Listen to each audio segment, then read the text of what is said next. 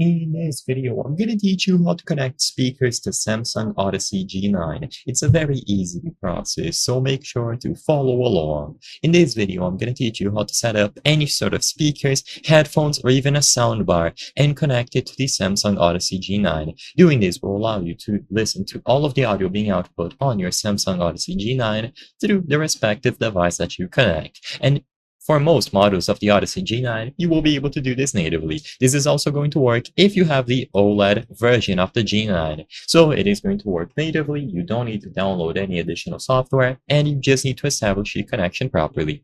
So usually, if you just want to connect a set of speakers like these ones, then you will be using this connection here. Most people refer to it as a simple audio jack that you plug into the headphone port. So look at the back of your G9 and look to see if you have the headphone port.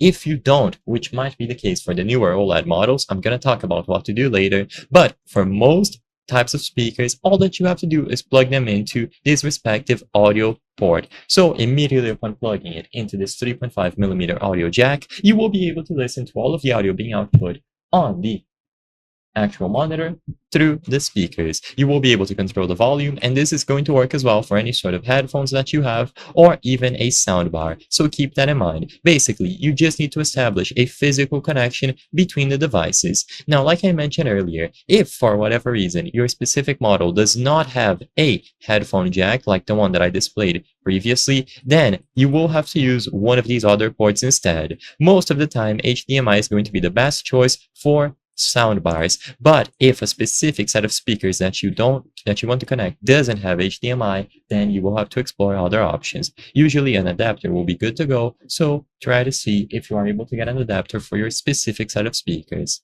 I hope I was able to help you on how to connect speakers to Samsung Odyssey G9. If this video helped you, please be sure to leave a like and subscribe for more very easy tips. Thank you for watching.